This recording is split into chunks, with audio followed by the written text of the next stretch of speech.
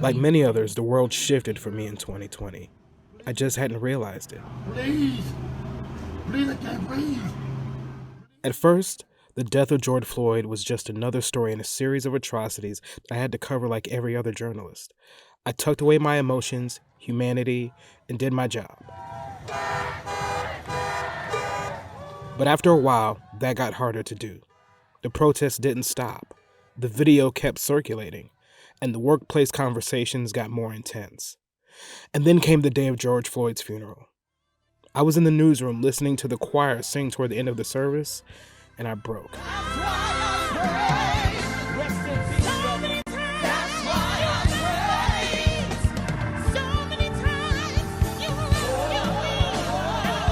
I had to get up from my desk, rush to someplace secluded, and I cried for 2 hours straight.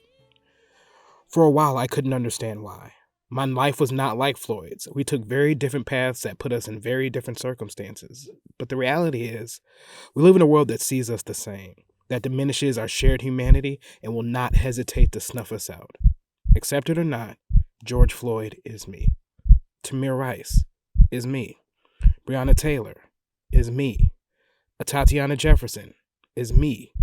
Malice Green is me. Emmett Till is me. Black and expendable. It was a sad and hopeless realization that hit me like a brick wall. Now, is this the whole truth? Of course not.